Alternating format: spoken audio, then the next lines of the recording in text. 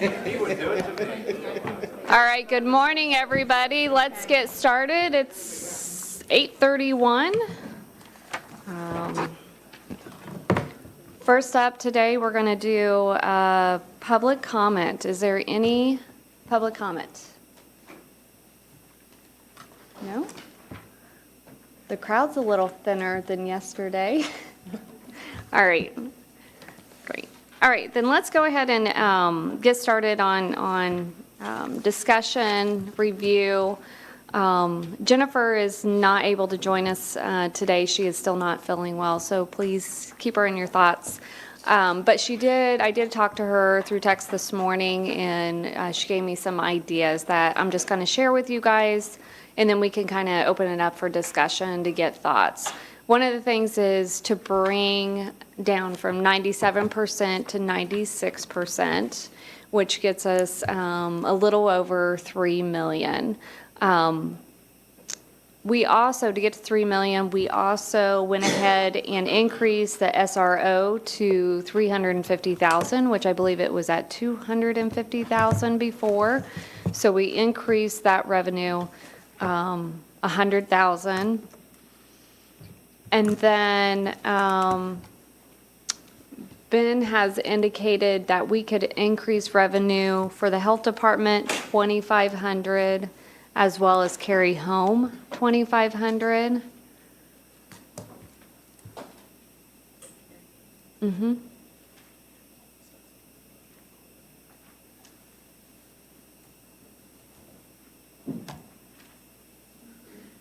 And then the health department.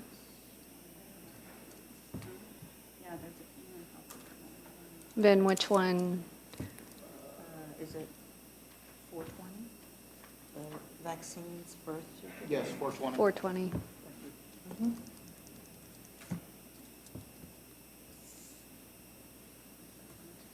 $2,500. Yeah. Okay, thank you. So that gets us right down to 3 million, a little more. So with that, through some discussions, one of the things we could do, we currently have, 17 million in general fund cash balance estimated for the end of the year. We could take 2 million from that, from the cash balance, and then the other thought is we could take 1 million from the health insurance fund, which we did just put 3 million in this year. If we see that the claims are coming in higher, like we have this year for next year, we can always do an appropriation. So between conversations with Jennifer and I, that's kind of the thought process. So open it up for discussion. With the new, I thought I turned it on. Sorry. With the new premium change, do we have an estimate of what the cash balance is going to look like for that now? Yeah, so we are expected to generate with the new premiums 15 million into 4710. 4710 though doesn't just pay for claims and premiums. Our HRS and payroll fees are paid out of that fund as well. So that's part of the increase in that fund. Right now, our preliminary renewal is looking like we will be overfunded to 4710 next year by maybe 8%.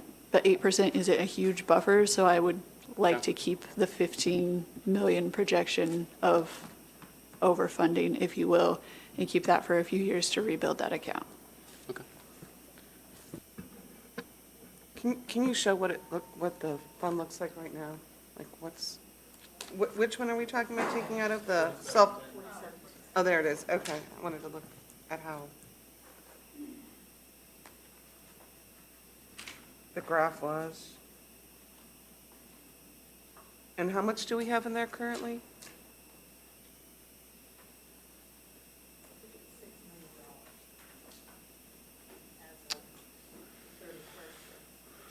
July.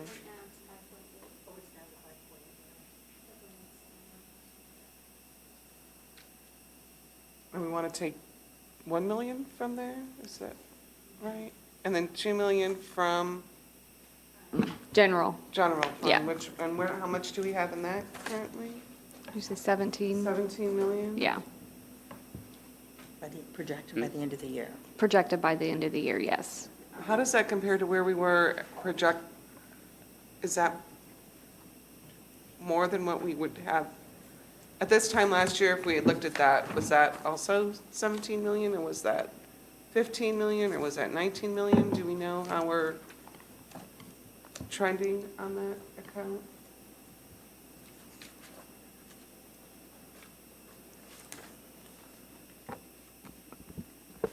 I mean, we ended the year with 21.5 million. I can look at what the balance was this time last year if you want. Say that again? At the beginning of the year, it was 21.5 million. But it goes up and down a lot by property tax, so it's very dependent on, yeah, when you're looking at, yeah, so can we look at it 12 months to get an idea of? I was looking at the chart that's in the book, it looks like it's flat to up a little bit.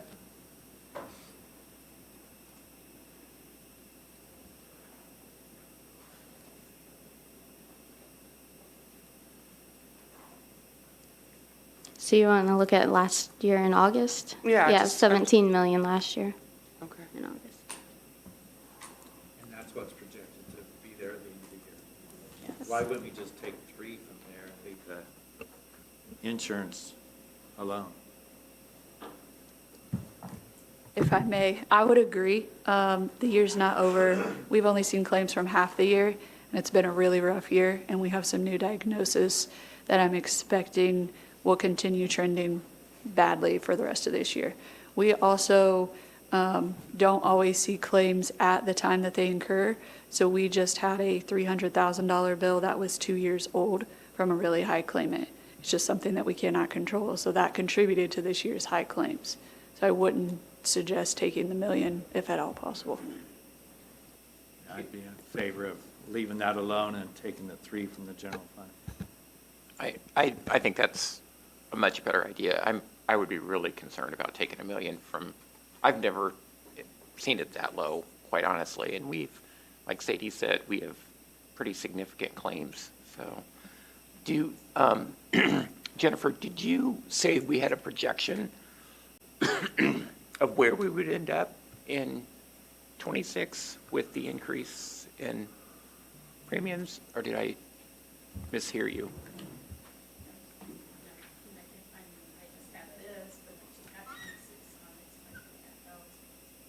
Oh, okay, all right, thank you. So Yadira, back at you, what, in regards to if we decide to do 3 million, how does that affect investments and things on your end? Yeah, I mean, when I initially projected the 3.7, that was very low. And then when I ran the new numbers, I was looking at 24 balances, like what we have at the end of the month to kind of come up with what we would project month by month the interest would be. And I cut rates every quarter by quarter because I don't know what's going to be in '26. With $3 million being taken from cash, I imagine it will be taken like little by little per month. So if rates don't drop significantly the beginning of early next year, then I think we'll be fine. But if we start seeing that rates are going to drop significantly, I'm going to have to adjust that interest.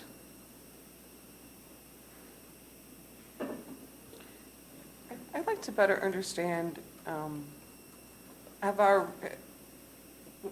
we've made some changes to revenue. How does our revenue projection for '26 versus our revenue projection, our actual revenue, current projection for '25? Are we expecting less revenue next year? Have our expenses just increased more than our revenue is going up? I'd just like to understand a little bit about where the shortfall is coming from. I don't have a good feel for that.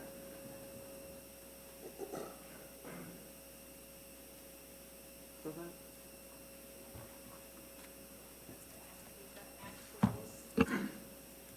So we've got actuals through June and the expected That's it. second half of 2025. So that would be our 2025. Yeah, what's that add up to for our current projection for 25? That's, Let's go to the total.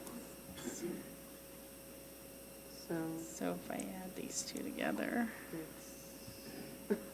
sorry, 68. 68, yes. 68, and 2024 was 70, so that's 2 million lower Right. than And then- 24, And then okay? we're projecting 63 for 2026. I We're guess. projecting 5 million less for next year.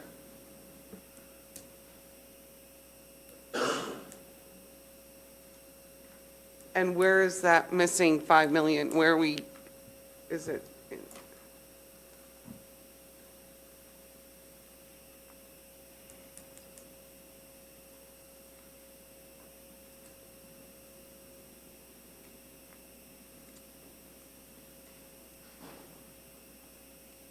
I'm just wondering if our revenue projections are too low.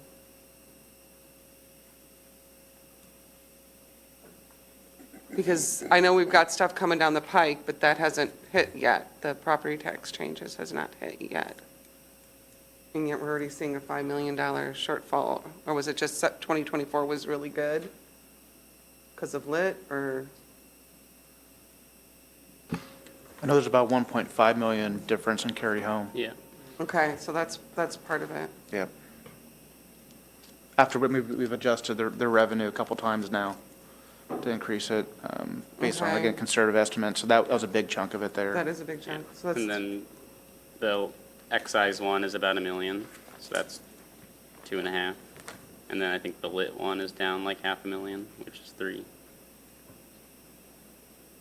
And what is then the excise one? Show me that one. That's 0130.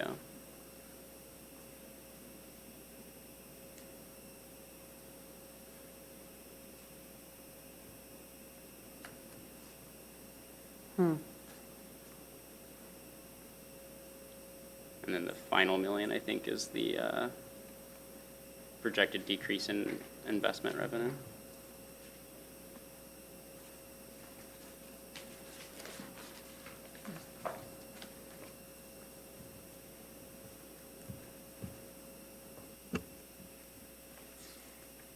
Okay, so Jennifer's saying that 98% of the budget is being spent, so cash balance could grow by 1 million to 1.5 million.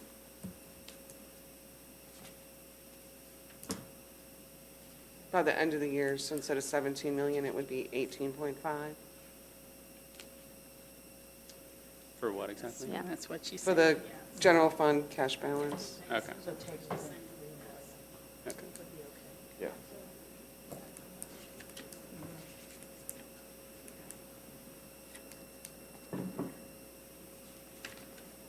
Do we have a graph or a sheet somewhere that we could see what the ending general fund balance is, like year over year? Like, are we going to be dipping a lot lower than we have been in previous years? Is that? Okay, it's that one. It's in That's the why- book, okay, yeah. right, yeah. Just trying to compare it to our, Page 22. yeah.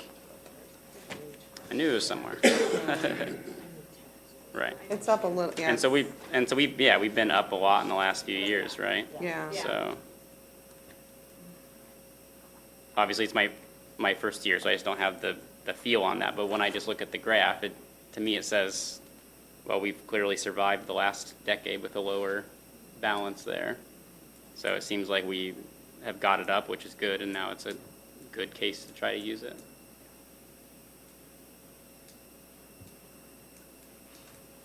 I would also think we need to have discussions on sustainability for the future. I think what we're doing today is just a Band-Aid for 1 year. This is not sustainable year after year. Yeah.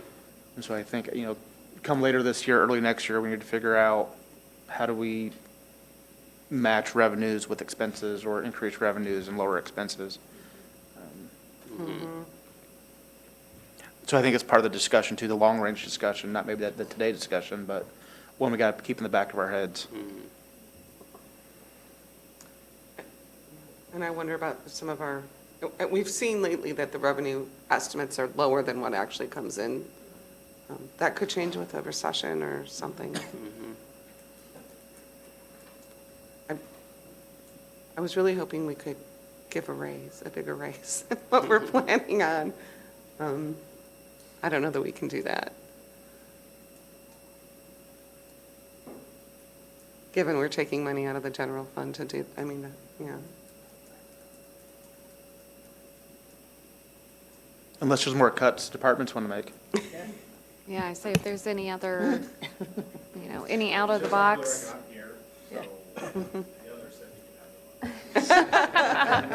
Thank you.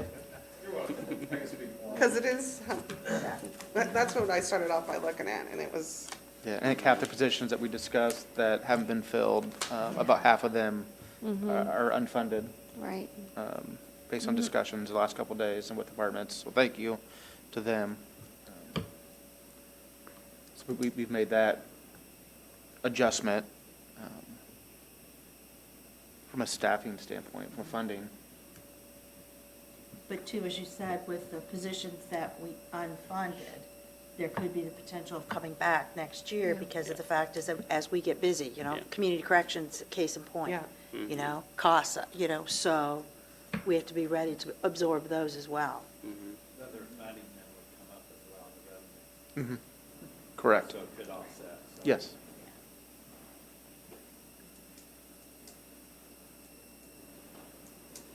I think we're good, just take the three out of general. How is everybody else feeling about that?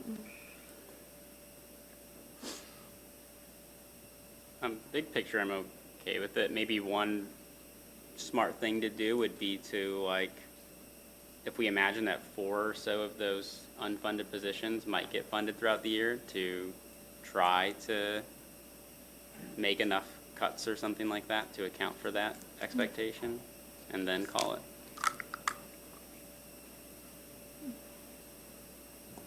But I don't know how easy that is to estimate. I sent you any thoughts on where you want to make those Yeah, cuts? what do you recommend? Yeah. Oh, Bob, get on up here now. We're open to thoughts.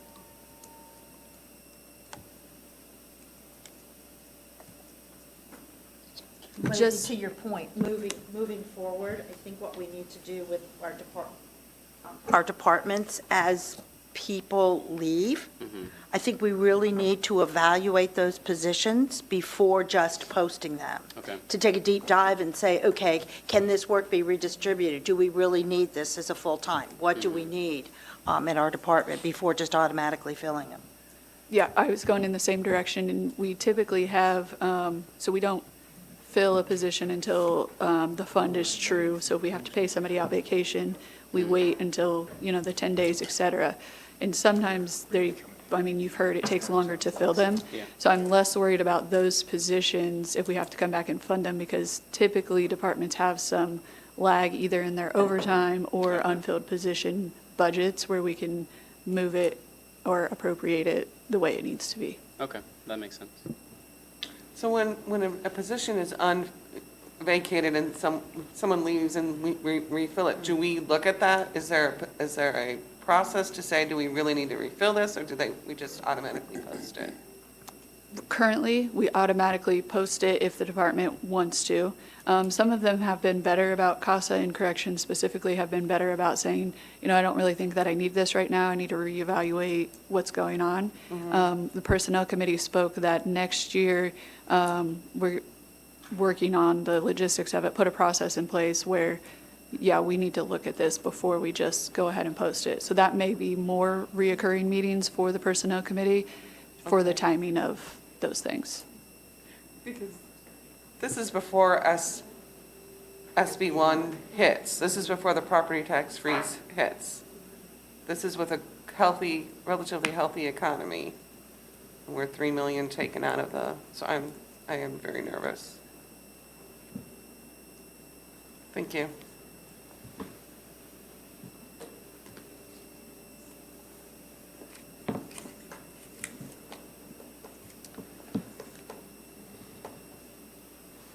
And this is what Jennifer recommends. Oh, she recommended the 2 and the 1. Yeah. And we could, another thing that Jennifer and I talked about is, we can play around with what's in lit as well, put more things towards that. That's an option as well. I think either way, you're doing the same thing. It's just kind of a,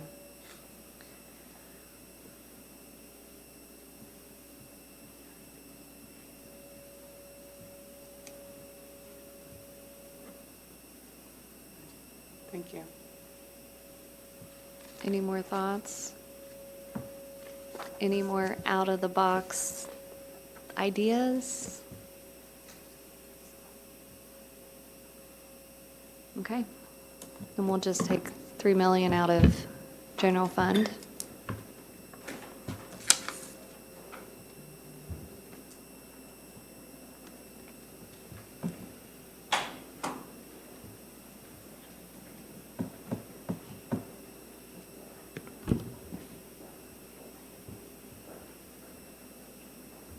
Anything else we need to handle? I'm just wondering how much more is this than normal years of taking out of the general fund to close that gap? Like, is it normally $1 million, 2 million, less than that? I don't recall ever doing We it. haven't done it. Oh, okay, I'm still young. okay. Because I know last year we shifted things to lit. Probably was the biggest part, Yeah. Okay. shifting things to lit last year. And probably 4 years ago, 4 or 5 years ago, when we had a healthy balance in our health insurance fund, when I'm talking healthy, I mean like 12 and 13,000, $1 million, we would take $1 million out of that. And we did that a couple times. Okay. We also weren't funding 98, 97, 90%, the high percentages. Right. We're closer to 95%, Okay. maybe 94, Yeah. sometimes in those years as well. So the good problem is we're getting fully staffed, and that's Yeah. awesome. Yeah. The challenge that we have is how do we make it work fiscally?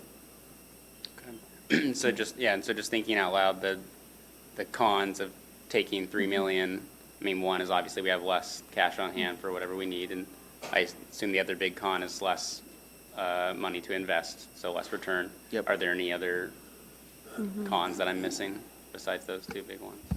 That you're I mean, funding, those are big, but, that you're funding reoccurring cost Yeah. with cash revenues, so Yeah. you're going to have Right. the same problem again next year. right. Yep. Yeah. Right. Yeah, so that's why it's going to be important this coming year to really think what's other thing, what do we need to do? We need to have serious conversations of Yeah. other things we might need to do just for the future. I think what Kathy said really is a lot of truth there, is that when there is an opening, really evaluate whether that position, that work can be redistributed and not fill that position. I know it makes good business sense, whether they, through attrition or whatever. Right. You need to come back and sit down and reevaluate your business and your manpower.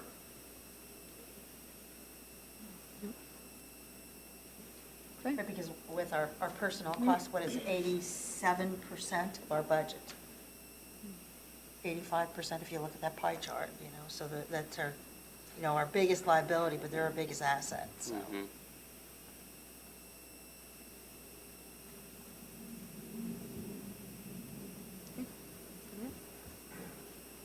All right, Doug, is there anything else we need to accomplish?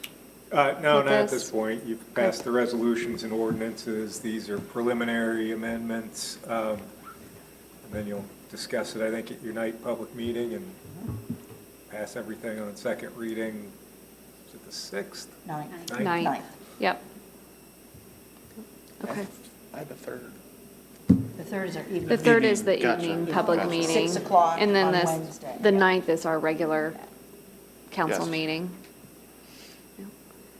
Okay. Well, thank you, everybody, for your time. And then we'll come back for the evening public hearing on Wednesday, September 3rd. Thank you. Did you sign the stuff yesterday? Do we need to adjourn? Motion to Yeah, adjourn? you need to adjourn. Go for it. Make a motion to adjourn? Second? All right. Thank you.